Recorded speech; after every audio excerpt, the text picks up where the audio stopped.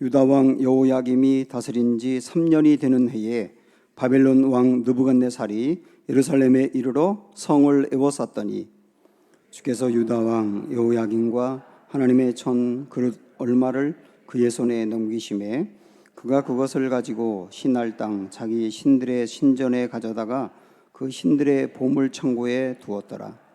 왕이 황관장 아스부나스에게 말하여 이스라엘 자손 중에서 왕족과 귀족 몇 사람 곧 흠이 없고 용모가 아름다우며 모든 지혜를 통찰하며 지식에 통달하며 학문에 익숙하여 왕궁에 설만한 소년을 들여오게 하였고 그들에게 갈대아 사람의 학문과 언어를 가르치게 하였고 또 왕이 지정하여 그들에게 왕의 음식과 그가 마시는 포도주에서 날마다 쓸 것을 주어 3년을 기르게 하였으니 그 후에 그들의 왕 앞에 서게 될 것이더라.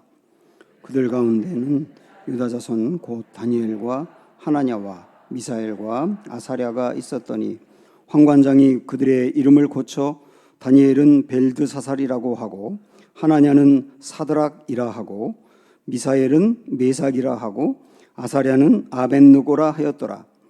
다니엘은 뜻을 정하여 왕의 음식과 그가 마시는 포도주로 자기를 더럽히지 아니하리라 하고 자기를 더럽히지 아니하도록 환관장에게 구하니 같이 읽습니다. 하나님이 다니엘로 하여금 환관장에게 은혜와 긍휼을 얻게 하신지라. 아멘. 네, 둘러보시면서 인사할까요? 사랑합니다, 축복합니다 하고 인사합니다.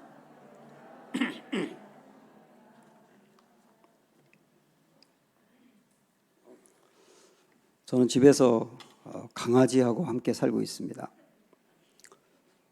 강아지와 저는 교감을 하거든요.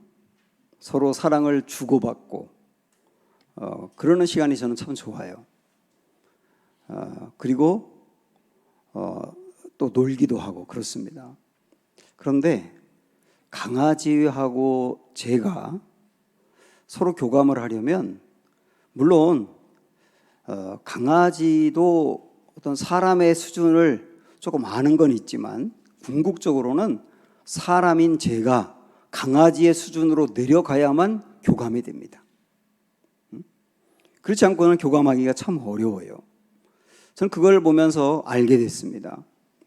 하나님이신 예수님이 인간이 되셨다는 것. 그 인간이 되신 이유는 우리와 사랑하고 교제하기 위함인데 우리가 하나님 수준으로 높아져서 하나님과 교제할 수는 없고요. 하나님이 우리 인간 수준으로 낮아진 다음에야 교제가 가능하다는 것. 그래서 이 땅에 오셨구나 하는 것을 알게 됐습니다. 그런데 제가 강아지하고 서로 교감을 하지만 강아지는 저의 그 뜻을, 제 마음의 뜻을 속속들이 알지 못합니다. 가끔 제가 장난을 많이 하기 때문에 우리 강아지에게 막 장난하느라고 무서운 얼굴 표정을 막 이렇게 지을 때가 있습니다. 그러면 대번 꼬리가 내려간 다음에 두려워해요. 저는 분명히 제 강아지를 사랑하고 사랑하는 마음은 전혀 변함이 없거든요. 근데 다만 장난으로 그러는데도 제 뜻을 걔는 모르는 거예요. 어떤 때는 산책을 하고 와서 진드기가 붙었을까 봐 제가 몸 세세하게 하나하나를 살피거든요. 발을 이렇게 만질 때가 있고 꼬리를 만질 때가 있는데 그러면 이를 이렇게 드러냅니다. 저는 분명히 이 강아지를 사랑해서 건강을 위해서 그러는데도 얘는 자기를 위협한다고 생각하나 봐요. 그걸 보면서 제가 알게 된 사실이 있습니다. 강아지하고 사람이 차원이 달라서 강아지가 사람의 뜻을 정확히 알지 못하는 것처럼 하나님과 우리가 교제를 할 수 있지만 하나님의 뜻을, 마음을 우리가 다 알기가 어렵구나 하는 겁니다. 그렇지 않습니까? 차원이 다르기 때문에. 그래서 내가 하나님의 뜻을 다 알 수 있다고 하는 것도 교만이고 내가 하나님을 다 이해하지 못했다고 해서 하나님이 안 계셔, 하나님이 잘못됐어 이렇게 말하는 것도 교만인 거예요. 어떤 사람들은 내가 이해하고 합리적으로 납득이 되고 증명이 되면 믿겠어. 근데 그건 내 이성의 수준이지 않습니까? 내 이성이 아무리 뛰어나도 하나님의 뜻을 다 할 수는 없지 않습니까? 그래서 내가 하나님을 다 할 수 있는 게 아니고, 내가 다 모르고 이해를 못한다고 해서 하나님이 안 계신 게 아니고, 하나님이 뜻이 잘못된 게 아니라고 하는 것을 받아들이는 게 상당히 중요한 거예요. 우리가 하나님을 알려면 하나님이 우리에게 당신을 이렇게 열어서 보여주셔야 됩니다. 이거를 신학적인 용어로 계시라고 말합니다. 하나님이 당신을 열어서 우리에게 보여주셔야 우리가 하나님의 뜻을 알 수 있는데요, 하나님은 그렇게 우리가 알려주세요. 다 알려주는 건 아니지만 많은 부분을 알려주세요. 그걸 알아가는 과정이 굉장히 중요합니다. 그것을 보여주는 게 다니엘서라고 할 수가 있습니다. 우리는 이 주일날에 예언서를 쭉 보고 있고, 오늘부터 4시간에 걸쳐서 그 중요한 다니엘서를 공부하려고 합니다. 다니엘서의 시작은 이스라엘에게 있었던 역사적인 상황으로부터 시작을 하고 있어요. 자, 1장 1절 우리가 한번 보도록 하죠. 유다 왕 여호야김이 다스린 지 3년이 되는 해에 바벨론 왕 느부갓네살이 예루살렘에 이르러 성을 에워쌌다. 이렇게 역사적인 기록을 이야기합니다. 유다가 점점점 나라가 이렇게 무너져 갈 때, 무너져가는 나라를 일으켜 세우기 위해서 부단하게 노력을 하면서 하나님의 말씀을 붙잡았던 사람이 요시야라고 하는 왕이에요. 요시야 왕은 하나님의 말씀 앞에서 하나님의 말씀을 보면서 이대로 살지 못하는 자신과 민족을 생각하며 가슴을 찢었던 사람입니다.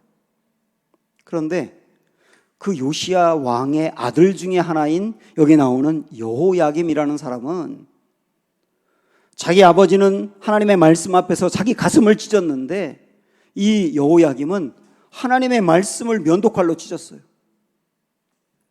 이런 하나님의 말씀 잘못됐다, 거짓이다, 믿을 필요 없다 그러면서 면도칼로 말씀을 찢은 사람이에요. 그렇게 하나님 앞에서 악행을 저지르고 이 왕이 3년이 되었을 때, 그렇게 나오죠? 3년이 되었을 때, 이때가 역사적으로 상당히 중요한 때입니다. BC 605년인데요 이때는 갈그미스라고 하는 전투가 있었어요. 신흥 강국인 바벨론하고 애굽 사이에 전투가 있었는데, 바벨론이 애굽을 물리치고 그 다음에 쭉 밑으로 내려와서 남유다도 공격을 합니다. 그러면서 사실 이때 망한 거나 마찬가지인데, 이때 포로들을 끌고 갑니다. 그때 끌려갔던 포로들은 왕족이라든지 귀족이라든지 그들의 자제들이었어요.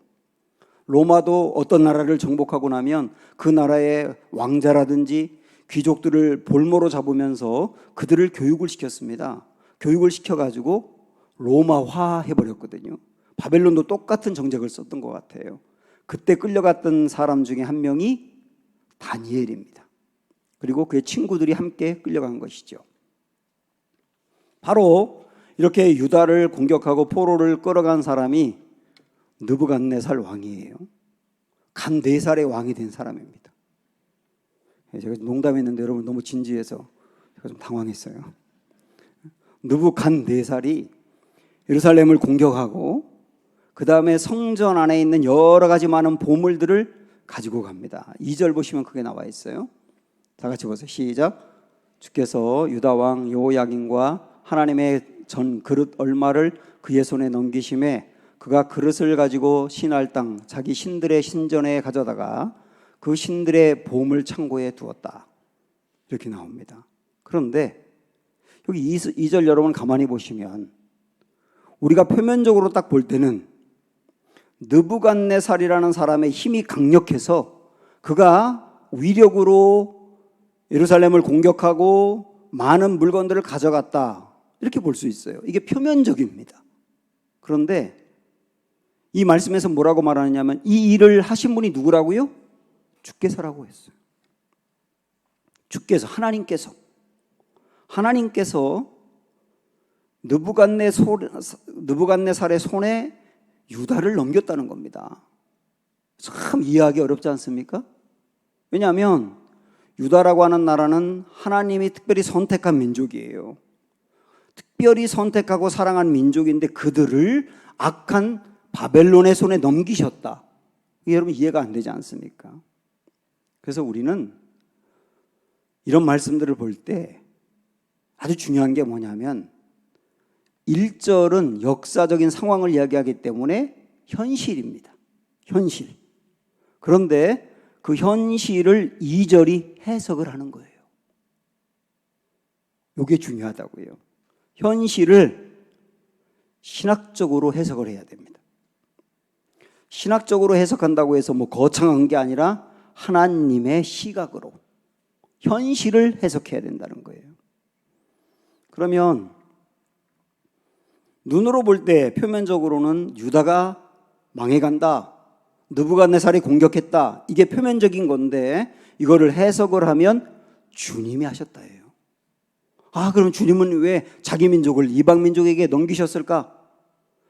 성경에 나오는 여러 해석들을 보면 이렇게 정리할 수 있어요. 하나님은 특별하게 하나님의 뜻과 마음을 가지고 하나님을 경외하고 사랑하고 그다음에 세상을 아름답게 변화시킬 나라를 세우고 싶었어요. 그리고 세운 나라가 어디입니까? 이스라엘이죠.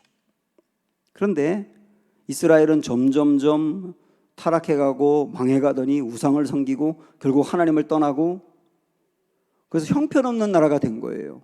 그래서 하나님은 이 모습으로는 하나님이 원래 나라를 세운 그 비전과 뜻을 이룰 수가 없겠다. 그래 판단하셔가지고 이 유다를 완전히 무너지게 한 겁니다. 완전히 무너지게 한 거예요. 그 다음에 무너진 다음에 재건하자는 거예요. 그래야 하나님의 뜻을 붙들고 다시 갈 거다.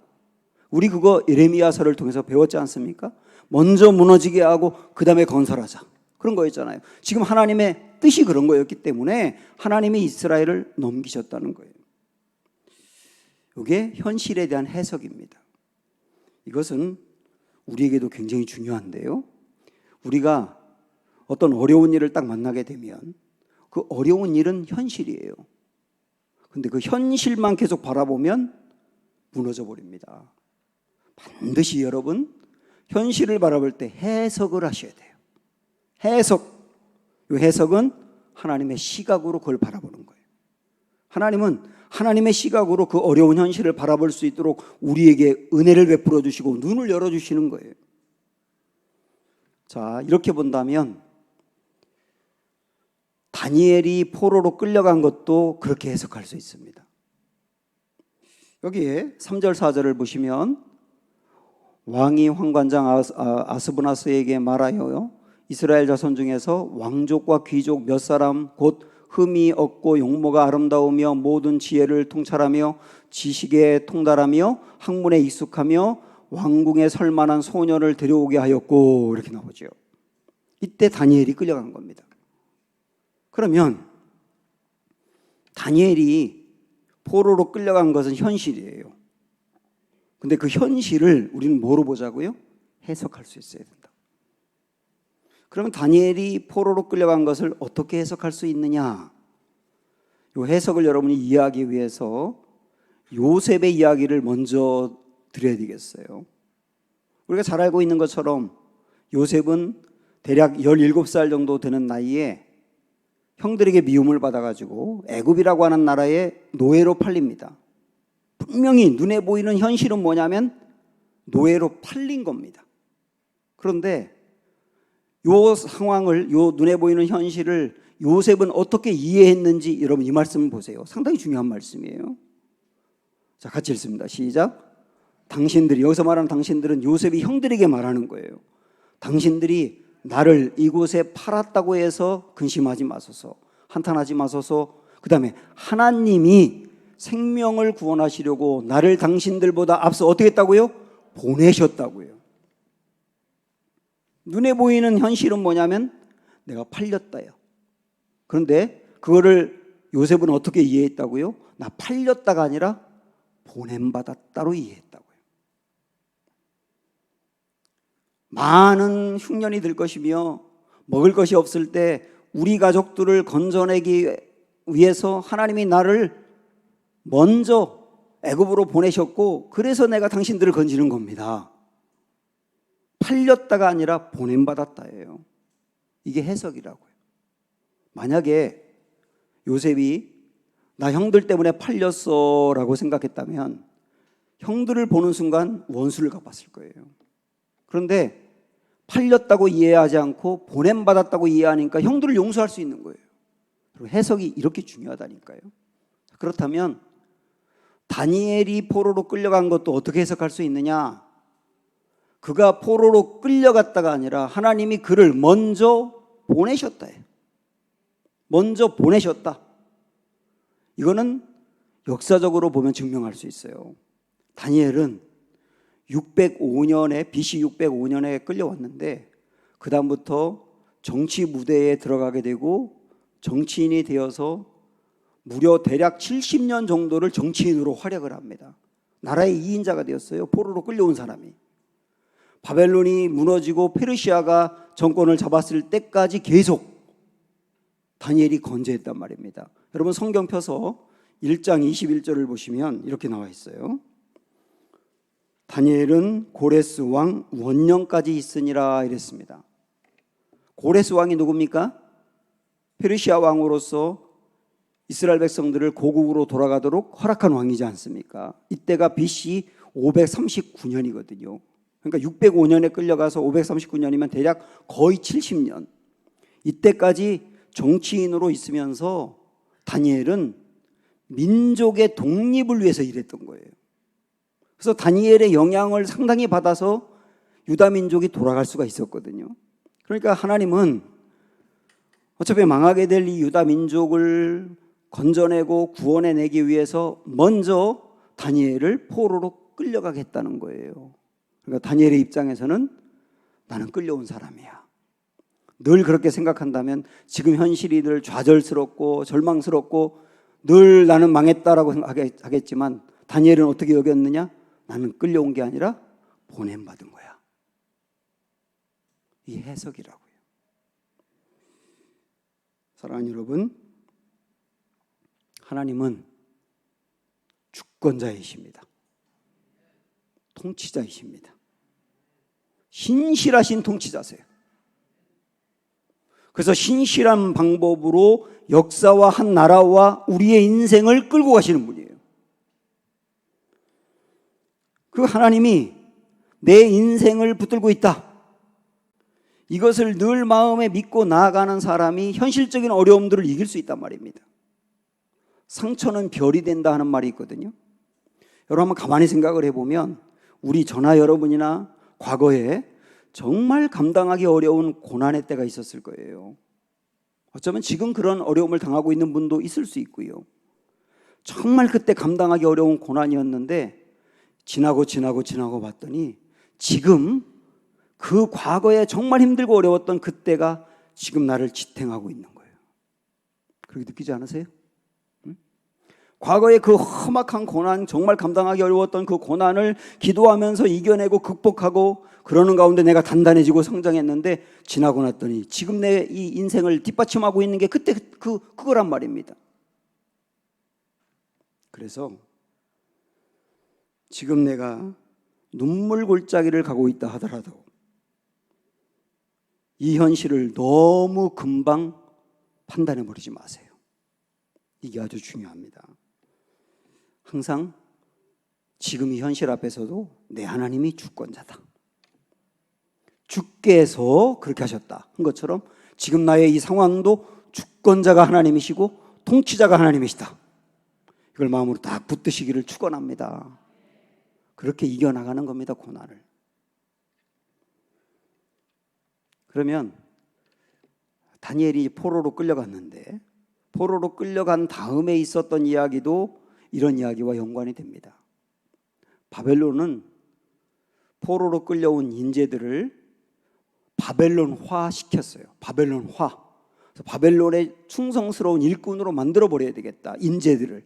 그런 계획을 세우고 3년의 프로그램으로 사람들을 교육시켜 갑니다. 먼저 학문, 그리고 두 번째 언어. 그 교육을 시켰어요. 말씀 보시면 여기 보면 학문과 언어를 가르쳤다 이렇게 나오지 않습니까? 갈대아 사람은 바벨론 사람을 말하고요.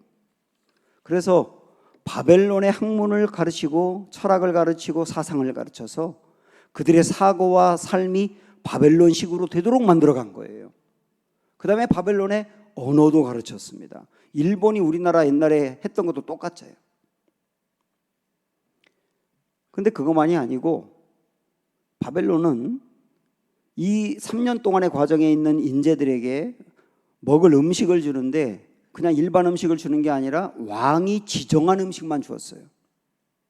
5절 보시면 또 왕이 지정하여 그들에게 왕의 음식과 그가 마시는 포도주에서 날마다 쓸 것을 주어 3년을 기르게 했다 이렇게 나오지 않습니까?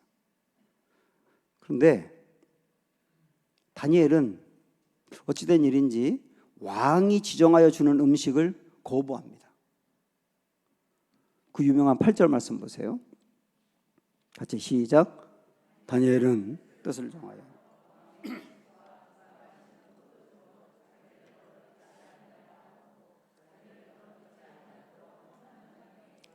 자, 뜻을 정하여 이 말은 뭐냐면 마음에 작정하고 왕이 주는 음식을 거절했다는 거예요. 여러분 보세요. 포로로 끌려온 녀석이 왕이 명령하고 먹으라고 하는 걸 안 먹겠다고 하는 게 보통 일입니까? 근데 그것만이 아니고 여기 말씀 뒤에 보면은 뭐라고 나와 있느냐면 그 왕이 주는 음식을 먹는 게 자기를 더럽힌다고 생각한 거예요. 그래서 환관장에게 뭐라고 말했냐면 저 이 음식 먹어서 저를 더럽힐 수 없습니다. 그리고 안 먹었다는 겁니다. 회사에서 회식을 하는데 사장이 술 다 받으라고 돌리는데 술잔을 딱 받은 다음에 이런다고 생각해 보세요. 사장님, 이 술을 제가 먹어서 저를 더럽힐 수가 없습니다. 그리고 안 먹었다. 그러면 그 다음 날부터 회사 가기 어려워요. 그게 현실이지 않습니까? 그런데 아니 이 녀석은 왕이 지정해 주는 음식과 포도주를 나를 더럽힐 수 없다 그러면서 안 먹었단 말이에요. 다니엘이 이 음식을 거절한 이유는 이 음식은 레위기 말씀을 보면 하나님이 먹어도 되는 음식과 먹어서는 안 되는 음식을 구분해 놨지 않습니까? 먹어서 안 되는 음식을 왕이 준 것으로 보입니다.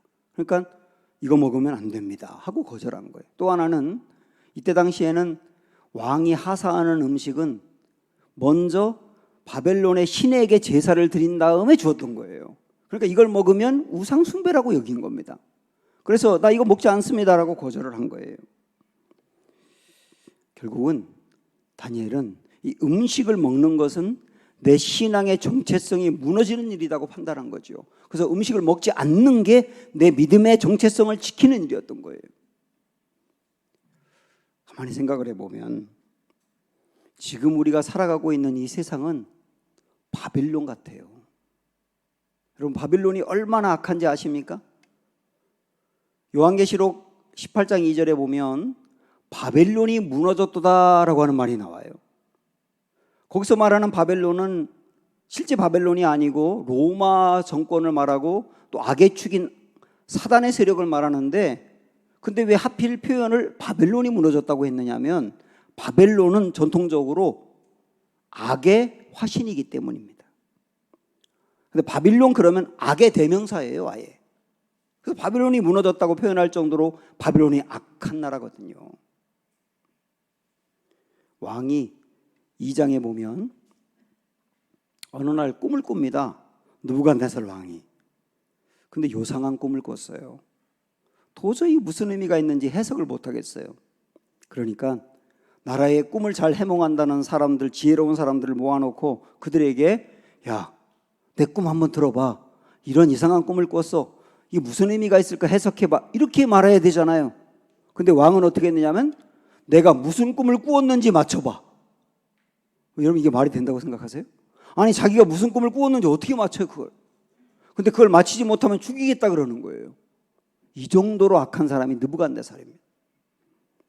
그리고 바벨론에서 학문을 했다고 했는데 교육을 시켰다 그랬는데 바벨론에서 교육을 시킨 것 중에는 점성술, 마술, 요술, 주문 이런 미신적이고 사교적인 교육들이 굉장히 많았던 겁니다. 그리고 여러분 이것도 한번 생각을 해보세요. 창세기에서 하나님에게 대항하여서 탑을 쌓았던, 바벨탑을 쌓았던 사람들이 누굽니까? 바벨론 사람들이에요. 이 탑을 왜 쌓았죠? 우리가 이 탑을 쌓아서 하나님에게 대항해 보자. 하나님이 없이도 우리끼리 잘 살 수 있다는 거 보여주자. 하나님 필요 없어. 우리의 힘으로 우리나라 건축하면 돼. 그랬던 게 바벨탑이지 않습니까? 이게 바벨론은, 바로 이 바벨론의 문화라고 하는 건 뭐냐면, 우리 하나님 필요 없어. 우리의 힘으로 얼마든지 살 수가 있어. 하나님 우리 인생 개입하지 마요. 내 인생은 내 거야. 이러는 게 바빌론 문화인 거예요. 지금도 여러분 우리 주위에 바빌론 문화가 얼마나 강하게 우리를 둘러싸서 침입해하고 우리의 다음 세대들을 공격하는지 아세요? 우리 다음 세대들에게 우리가 가지고 있는 이 성경이 우리는 기준이잖아요. 삶의 기준. 근데 걔네들에게 야, 성경이 이렇게 했으니까 너희들 이렇게 해야 돼. 너 왜 그렇게 했어? 성경에서 그렇게 하지 말라고 했는데, 이렇게 말하면 아이들이 아 그렇구나, 성경대로 살아야 되는구나 라고 받아들이기보다는 꼰대가 잔소리한다고 생각해요. 성경대로 살라고 하는 말이 꼰대의 잔소리로 들린다니까요. 왜 그런지 아세요? 우리 다음 세대들이 어릴 적부터 접했던 문화가 바벨론 문화이기 때문이에요. 하나님을 대적하고 내가 제일 중요하다고 여기고 얼마든지 나의 노력과 힘으로 내 세상을 만들 수 있다고 말하고, 그런 교육들이 도처에 깔려 있는데 그 영향을 애들이 다 받다 보니까 성경이가 아무것도 아닌 거예요. 하나님 아무것도 아니에요. 지금 이 아이들이 이런 사고를 갖고 살고 있는데 이게 바벨론 사고라니까요. 그래서 그 바벨론 속에서 다니엘이 신앙을 지키고 사는 것처럼 오늘 우리는 여러분 이렇게 이해하시면 됩니다. 바벨론 같은 이 세상에서 그리스도인으로 살아가는 것. 그럼 어떻게 하면 바벨론 같은 세상에서 그리스도인으로 살까를 보여주는 게 다니엘서입니다. 아시겠죠? 다니엘서의 주제가 이거라고 볼 수 있어요. 바벨론에서 그리스도인으로 살아가기. 자, 그러면 다니엘이 그 음식을 거부했다 그랬지 않습니까? 이 말씀을 가지고 여러분도 뜻을 정해서 잘못된 걸 거부해야 됩니다, 이렇게 설교할 수도 있어요. 그런데 내 마음에 작정했다고 될 수 있는 게 아니에요. 바벨론 같은 세상 속에서 내 마음에 작정했다고 우리 아이들이 다 이길 수 있느냐? 그렇지 않습니다. 그래서 우리는 포인트를 어디에 두어야 되느냐 하면, 어떻게 하면 바벨론 같은 세상에서 그리스도인으로 정체성을 가지고 살아갈 수 있을까?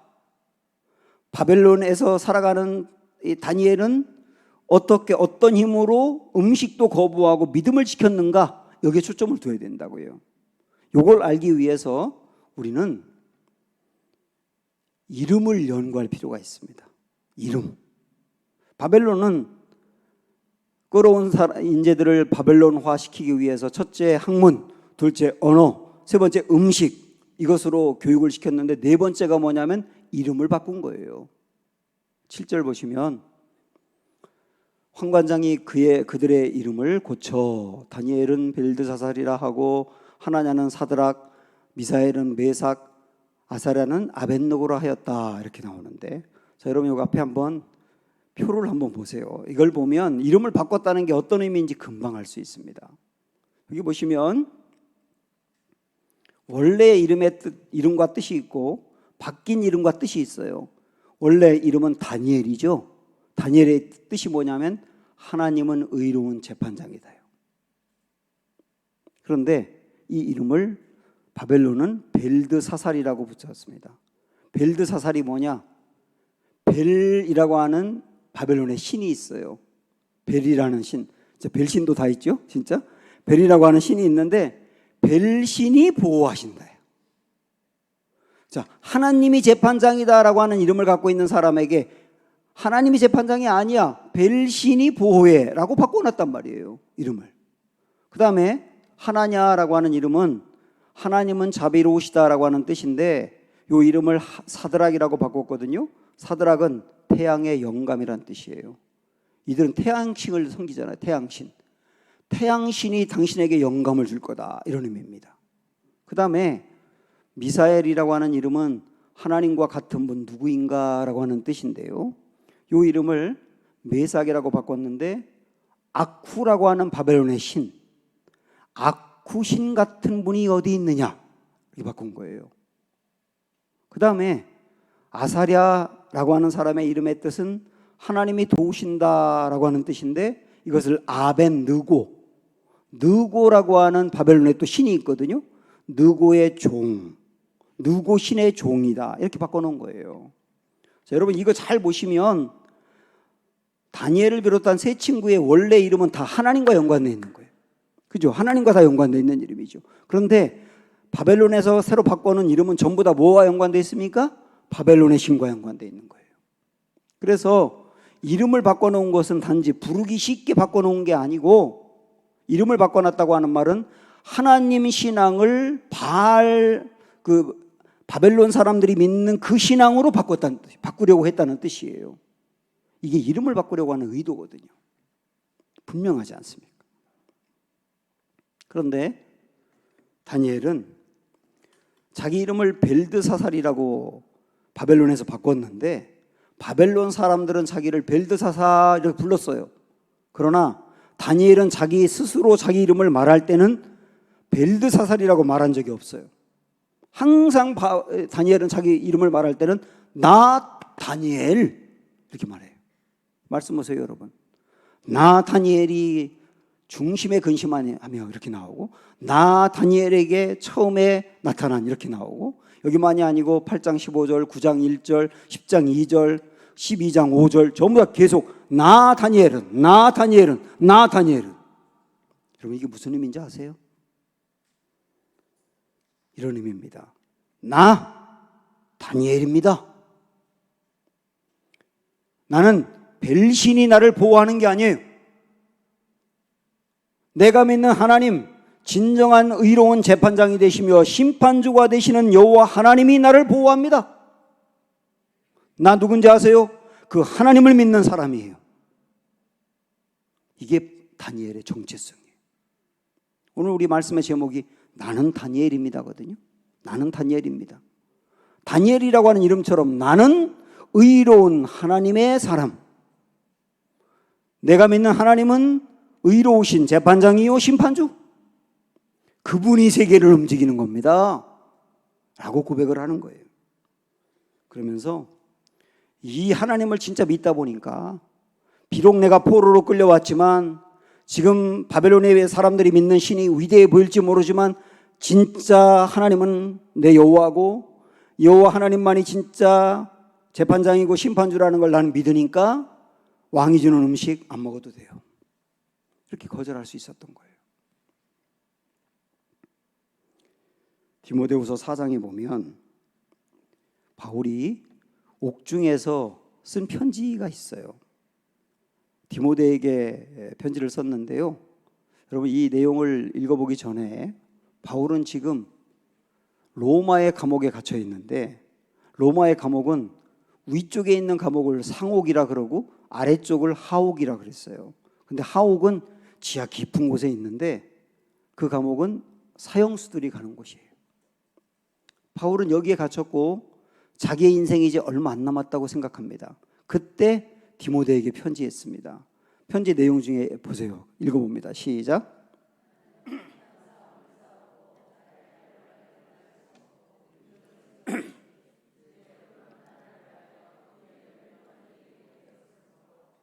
주 곧 의로우신 재판장이 그날에 내게 주실 것이며 내게만 아니라 주의 나타나심을 사모하는 모든 자에게도니라 그랬습니다. 자, 이제 죽을 날이 얼마 안 남았습니다. 자기가 알아요. 그래서 디모데에게, 제자에게 편지를 보냈는데 하나님을 뭐라고 표현합니까? 하나님을 표현할 수 있는 좋은 말들이 많잖아요. 좋으신 하나님, 목자 되신 하나님, 나를 인도하시는 하나님, 아주 좋은 말들이 많은데 바울이 선택한 하나님은 누구냐면 의로우신 재판장. 그 말은 뭡니까? 로마가 나를 죽일지도 모른다. 나 로마에 의해서 죽을 수도 있다. 그러나 그게 내 인생의 끝이 아니야. 내 인생을 평가하실 분은 다른 분이야. 당신들이 내 육신을 죽일지 모르지만 나를 영원까지 책임지는 분이 또 계셔. 그분이 나의 하나님이야. 그분이 의로우신 재판장이고 심판주야. 그분이 심판을 결정하지 로마가 결정하는 게 아니야. 이걸 믿는 거예요.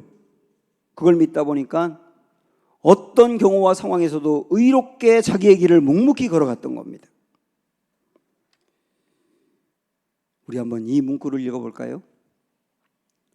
다니엘은 자신과 국가에 닥친 모든 일을 하나님의 통치라는 렌즈로 바라보았다.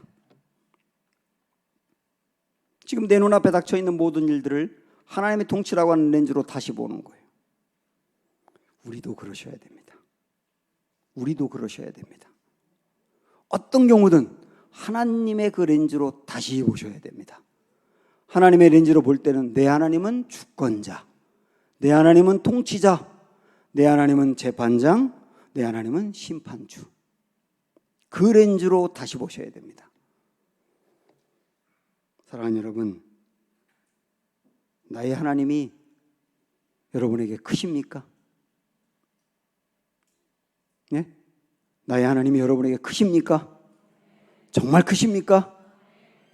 그러면 됐습니다. 그 하나님으로 붙들고 가면 충분합니다. 찬양할까요? 우리 주 하나님 함께 부릅니다.